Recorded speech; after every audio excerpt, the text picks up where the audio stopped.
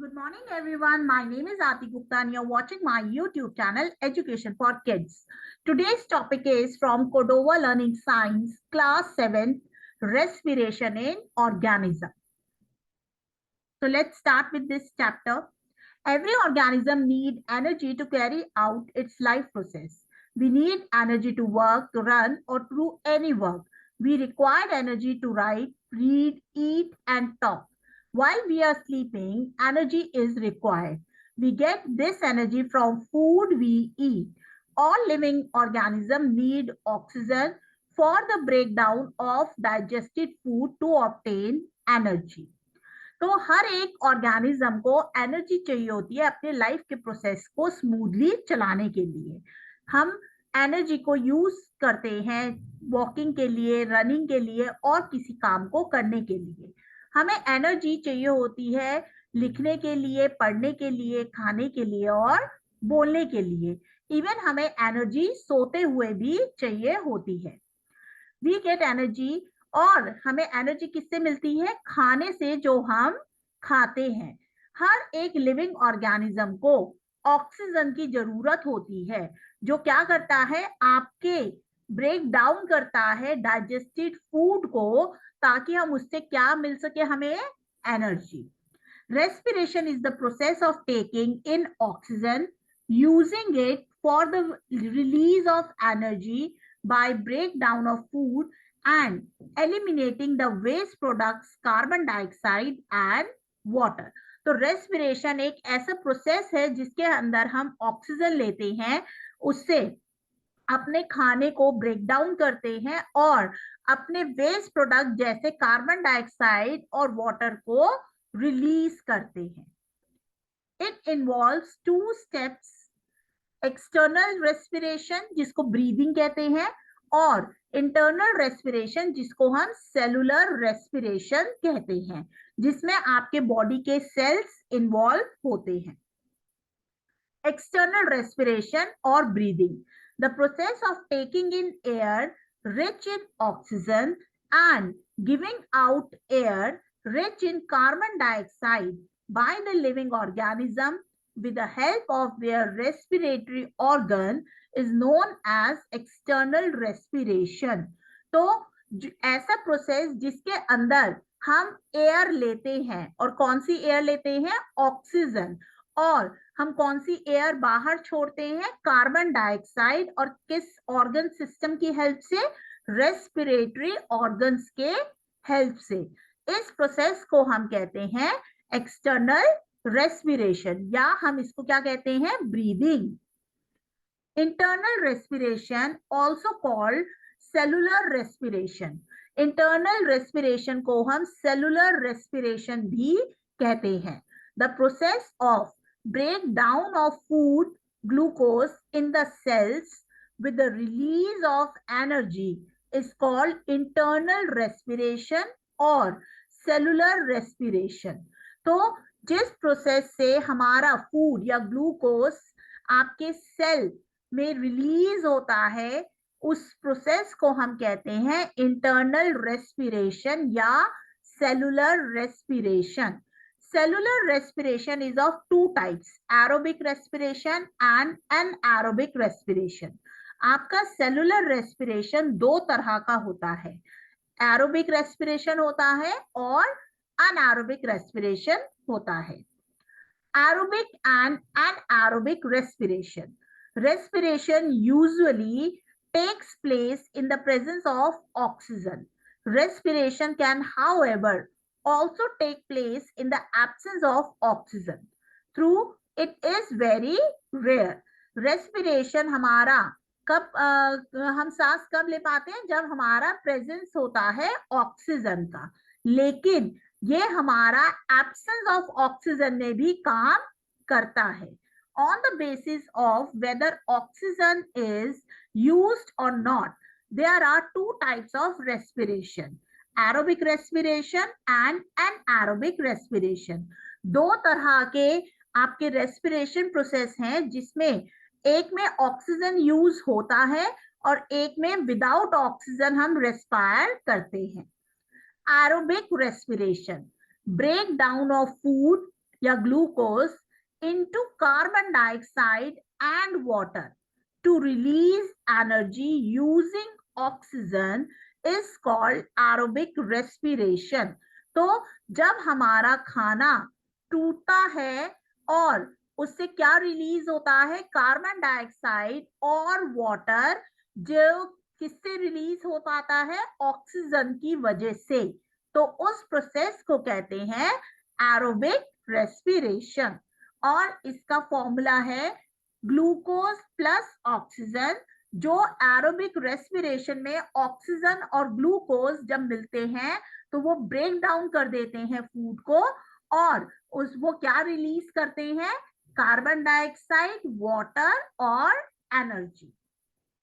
Most of living organisms carry out aerobic respiration, and such organisms are called aerobes. Aerobic respiration is the most efficient form of respiration. जो aerobic respiration है वो बहुत ज्यादा most efficient form है respiration की। Anaerobic respiration. Some organisms like yeast and some bacteria do not require oxygen during respiration. तो कुछ organisms जैसे यीस्ट और बैक्टीरिया को ऑक्सीजन की जरूरत नहीं होती रेस्पिरेशन के प्रोसेस में।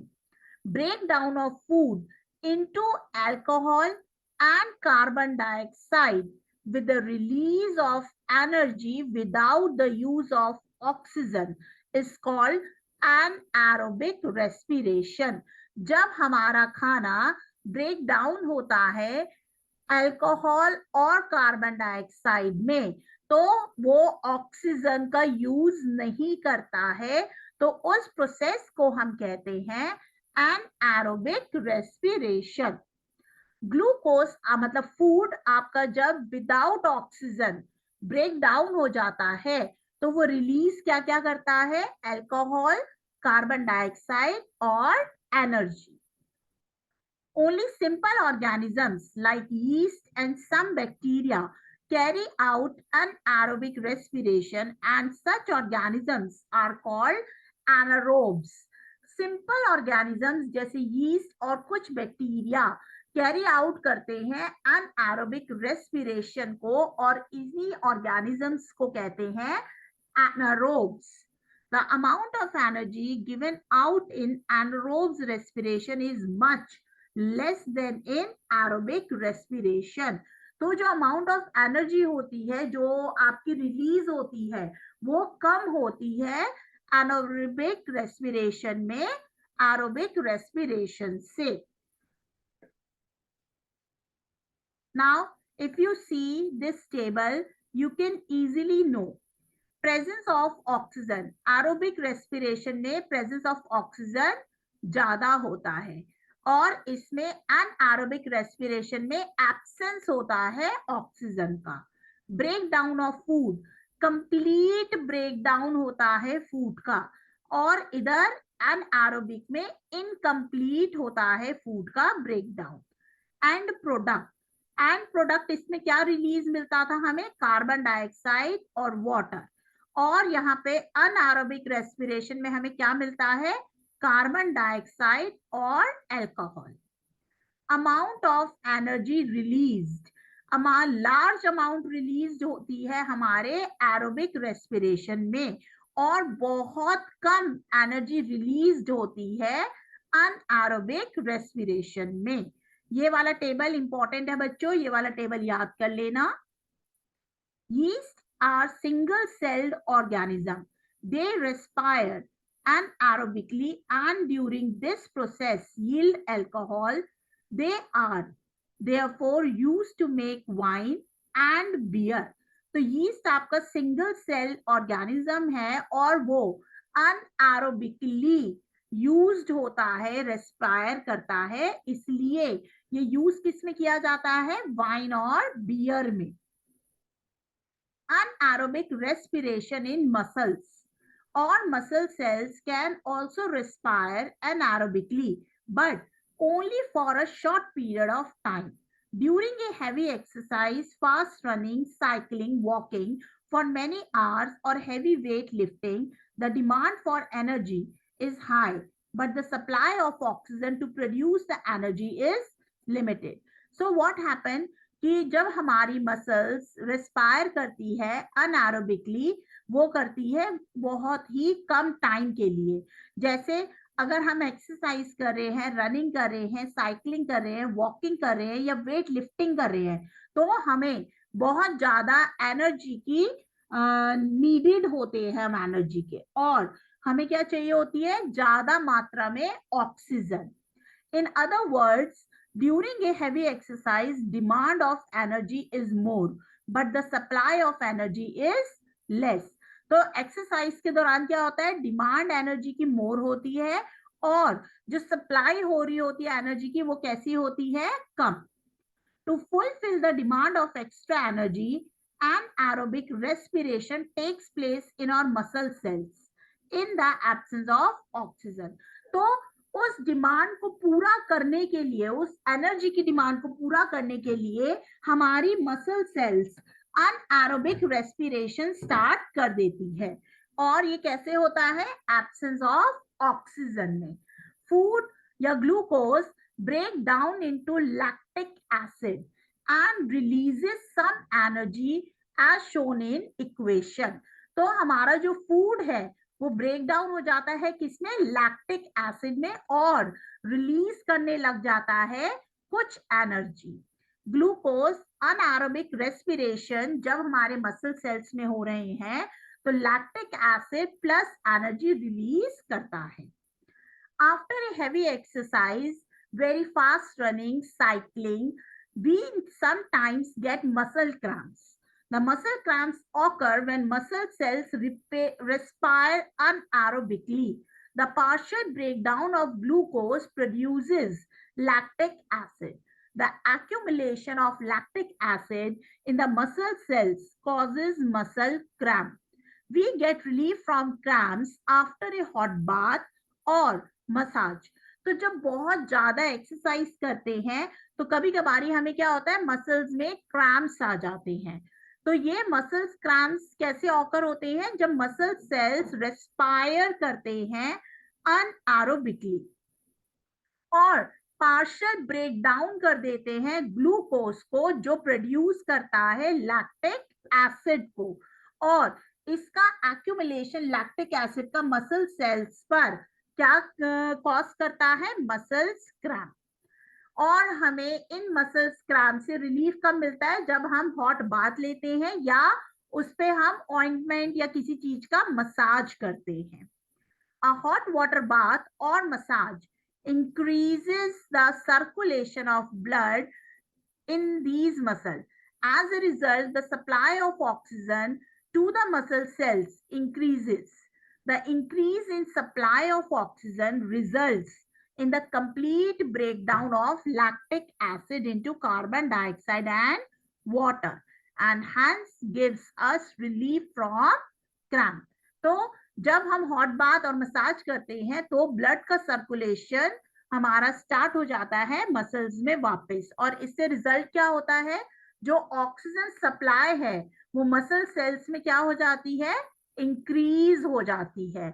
और जैसे ही आपकी ऑक्सीजन सप्लाई इंक्रीज होती है मसल सेल्स में, तो रिजल्ट क्या होता है, कंप्लीट ब्रेकडाउन हो जाता है लैक्टिक एसिड का कार्बन डाइऑक्साइड और वाटर में, और इससे हमें मसल क्रैम्प से रिलीफ मिल जाता है.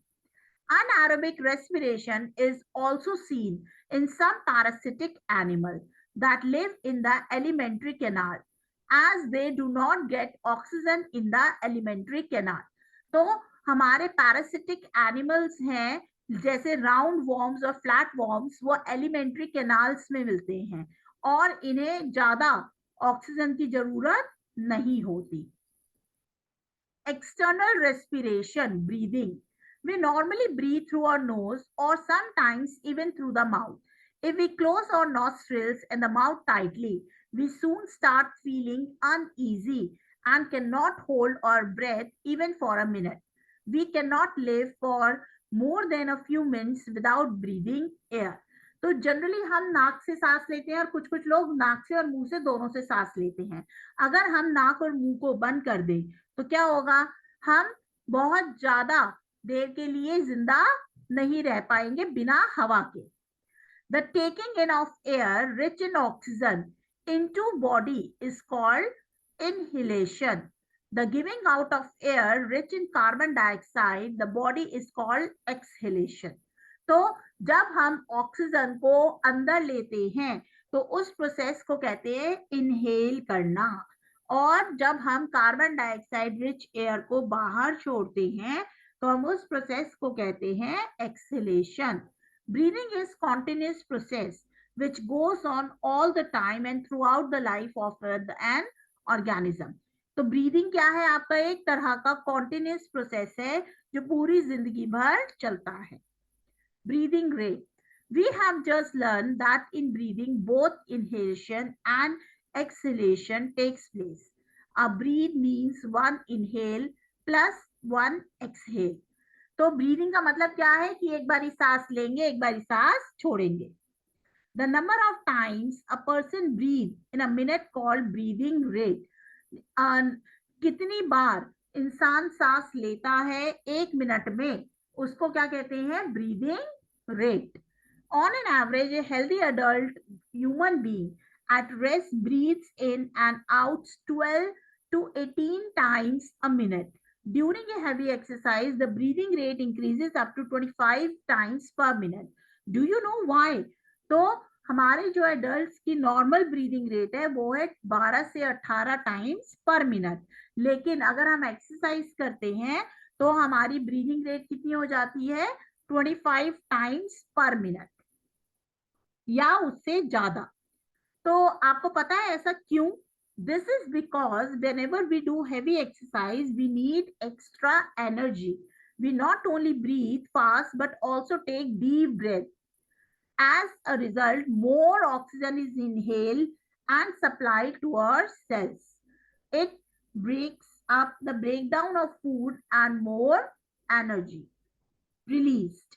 The breathing rate of a person is the lowest when he is sleeping because minimum energy is required by the body during sleep. तो क्या होता है कि हेवी एक्सरसाइज के दौरान हमें एक्स्ट्रा एनर्जी की जरूरत होती है, तो हम खाली ब्रीद ही नहीं करते हैं बल्कि लंबी लंबी सांसें लेते हैं जिससे ऑक्सीजन इनहेल हो पाए और सेल्स तक पहुंच पाए, और ये स्पीड अप हो जाता है और ब्रेक डाउन हो जाता है हमारा फूड और एनर्जी रिलीज होती है। ब्रीदिंग रेट पर्सन का सबसे कम होता है सोने पर, क्योंकि मिनिमम एनर्जी यूज होती है हमारे सोने पर।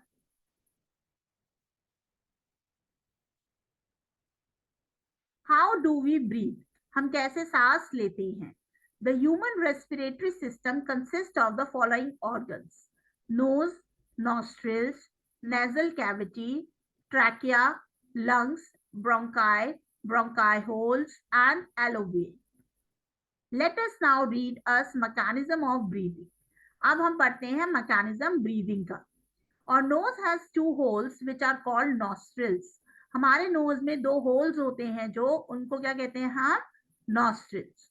There is a passage in the hole behind the nostrils called nasal cavity. तो आपकी नोज के उधर दो होल्स होते हैं, दो पैसेज बने होते हैं, और उन पैसेजेस को क्या कहते हैं हम, nasal cavity. When we inhale air, it passes through our nostrils into nasal cavity. जब हम सांस को लेते हैं तो ये पास हो जाता है हमारे नॉस्ट्रिल से, कहाँ, नेजल कैविटी में. As the air passes through this cavity, it becomes warm. It also gets moistened by the mucus secreted by the membrane lining of the nasal cavity. Dust and other particles present in the air get trapped by the mucus and air present in the nasal cavity. तो जब हवा हमारी इस nasal cavity से पास होती है तो कैसी हो जाती है, वार्म, और ये गीली भी हो जाती है। क्यों? क्योंकि हमारी नाक में जो म्यूकस होता है वो उसको गीला कर देता है। डस्ट पार्टिकल्स जो हवा में प्रेजेंट होते हैं वो ट्रैप्ड हो जाते हैं म्यूकस के साथ, और जो हेयर्स प्रेजेंट होते हैं नेजल कैविटी में उसके साथ। From the nasal cavity, the clean, moist and warm air passes into the trachea or windpipe. तो हमारी nasal cavity से एकदम clean, moist और warm air pass होती है trachea या windpipe से. The trachea branches into two thinner tubes called bronchi, bronchus, which enter the lungs. और इन trachea की दो thinner tubes होती हैं जिनको हम क्या कहते हैं, bronchi. और ये इससे हमारी ये एयर कहाँ चली जाती है, हमारे लंग्स में. तो नोज है, नॉस्ट्रल्स इधर है जो पास कर रही है आपके ट्रैकिया से, और उसके बाद ये कहाँ जा रहे हैं, ब्रोंकाई में. ब्रोंकाई से ये कहाँ जा रहे हैं, हमारे लंग्स में.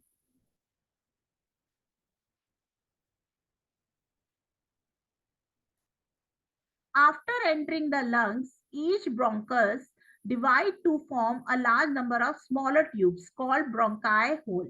तो जब हमारे लंग्स में ये चली जाती है तो हर एक ब्रोंकस डिवाइड है बहुत सारे ट्यूब्स में, और उसको हम क्या कहते हैं, bronchioles. The bronchioles have tiny sac at their ends called alveoli या alveolus. तो ब्रोंकाई होल में टाइनी एयर सैक्स होते हैं जो आपके एंड में होते हैं और जिनको हम क्या कहते हैं, एलोवी. यहाँ पर अगर आप देखेंगे ये आपके ये क्या है, alveoli air sacs. Each lungs contain millions of alveoli. The walls of alveoli are very thin and surrounded by very thin blood capillaries. तो जो वॉल्स हैं एलोवी की वो बहुत पतली होती हैं और ये किससे सराउंडेड होती हैं, हमारी ब्लड कैपिलरीज से. The air from the trachea through the bronchi and bronchi holes finally enters the alveoli. The oxygen of the air diffuses out from the thin wall of alveoli into the blood capillaries. और जब हमारी air trachea से bronchi में, bronchi whole में और उसके बाद finally एलोवी में जाती है तो ऑक्सीजन एयर डिफ्यूज हो जाती है, बाहर निकल जाती है इनकी थिन वॉल एलोवी से हमारे ब्लड कैपिलरीज में. और lungs contain about 3000 millions alveoli. The lungs are not only organ in the body that can float. तो लंग्स ये एक ऐसा ऑर्गन है हमारी बॉडी में जो क्या करता है, फ्लोट्स, तैरता है. Oxygen combines with hemoglobin in the blood to form oxyhemoglobin. जब ऑक्सीजन ह्यूमोग्लोबिन के साथ कंबाइन हो जाता है तो वो क्या बना देता है, oxyhemoglobin, and is carried to all the cell of body. और हमारे पूरे शरीर में जाता है. Similarly, carbon dioxide produces by the breakdown of food during internal respiration enters blood. तो कार्बन डाइऑक्साइड जो प्रोड्यूस्ड होता है हमारे फूड के टूटने से वो कैसे होता है, इंटरनल रेस्पिरेशन से जो हमारे ब्लड में एंटर करता है. Blood carries carbon dioxide to the alveoli in the lungs. और ब्लड क्या करता है, कैरी करता है कार्बन डाइऑक्साइड की गैस को एलोवी तक हमारे लंग्स में. From the lungs, carbon dioxide is removed along with the air we breathe out. और ये कैसे बाहर आ जाता है, जब हम हवा बाहर छोड़ते हैं तो जो कार्बन डाइऑक्साइड की गैस है वो बाहर आ जाती है. In this way, exchanges of gases takes place in the alveolus. तो इस तरह exchange of gases होती है हमारे alveolus में. Exchange of gases in the alveolus. आपका blood from tissue carry carbon dioxide, ये कार्बन डाइऑक्साइड को कैरी कर रहा है. उसके बाद एटमॉस्फेरिक एयर है, फिर ऑक्सीजन. ऑक्सीजन आपकी ब्लड कैपिलरीज में एंट्री हो गई है और blood flowing the alveoli carry oxygen जो बना देता है oxyhemoglobin. We can hold or breathe only for a few seconds, hours, days या years, for only few seconds. During exhalation, the air we breathe out is rich in. Exhale में हम हवा छोड़ते हैं जो किससे रिच होती है? Carbon dioxide. Alcohol is formed in aerobic, anaerobic, cellular या none of these. Anaerobic respiration. An aerobic respiration in our body muscle cells release lactic acid. We get relief from cramps after a hot bath or a massage. If it would be written a hot bath, then we can take it. Otherwise, a bath, cold bath भी ले सकते हैं कोई, तो cold bath से relief नहीं मिलता. How air enters the lung? Let us perform a simple activity to understand how airs enter the lung when we inhale and is pushed out when we exhale. Now, this is the activity.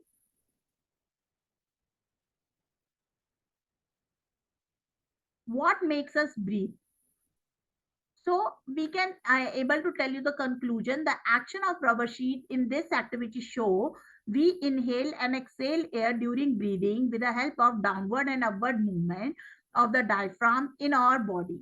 When the diaphragm moves downward during inhalation, the lungs are filled with air. जब diaphragm नीचे जाता है तो उसमें क्या होती है? lungs में हवा. लेकिन जब डायफ्राम आपका ऊपर की तरफ जाता है तो हवा बाहर निकलती है, एक्सहेल होती है. What makes us breathe?